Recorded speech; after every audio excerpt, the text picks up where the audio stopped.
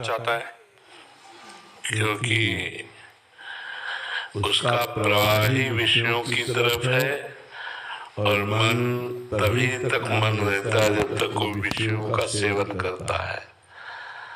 जब मन निर्विषय हो जाता है तो इंद्रियाणम मनश्चास्मि, वो साक्षात भगवान का स्वरूप है, था, रहेगा।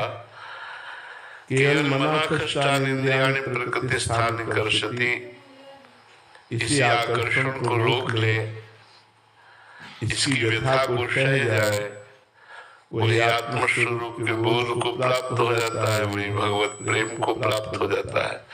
तो मन का स्वभाव विषयों की तरफ अधोगामी है।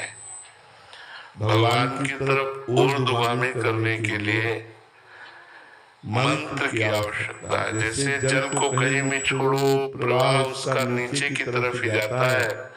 अगर जल को ऊपर चढ़ाना है तो यंत्र की आवश्यकता है। ऐसे ही प्रकृति के भोगों की तरफ मन का स्वभाव बन गया है। बड़ा हर्षित होता है भोग भोगने की इच्छा में, भोग भोगने की कामना में, लेकिन प्रभु की तरफ चलने में शुष्क सा हो जाता है।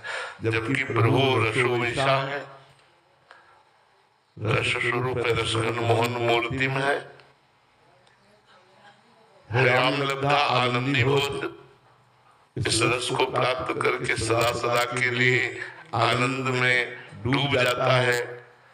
पर वो इतना विषयी हो चुका है कि प्रभु की तरफ चलने के लिए तैयार भी नहीं होता। तैयार होने पर भी कपट रखता है, अंदर से अवसर मिलने पर भोगों की तरफ ही भागता है। इसलिए बड़ा कठिन है भगवत प्राप्ति होना। भगवत प्राप्ति कठिन नहीं है, लेकिन मन को विषयों से हटाकर परमात्मा में लगाने के प्रयास में जो व्यथा उत्पन्न होती है, जो जलन उत्पन्न होती है, मन घसीट रहा है विषयों की तरफ और हम उसे प्रभु में लगाना चाहते हैं, उस व्यथा को सह नहीं पाते। इसलिए भगवत प्राप्ति कठिन है। यमी न व्यथयन्ते ते पुरुषम पुरुषर्षभ सम दुःखाशुकाधीरम सुमृतत्वाय कल्पते। जो उस मन के द्वारा दी हुई व्यथा से व्यथित नहीं होते, सुख दुख में समान वर्ग है, वही परमात्मा को प्राप्त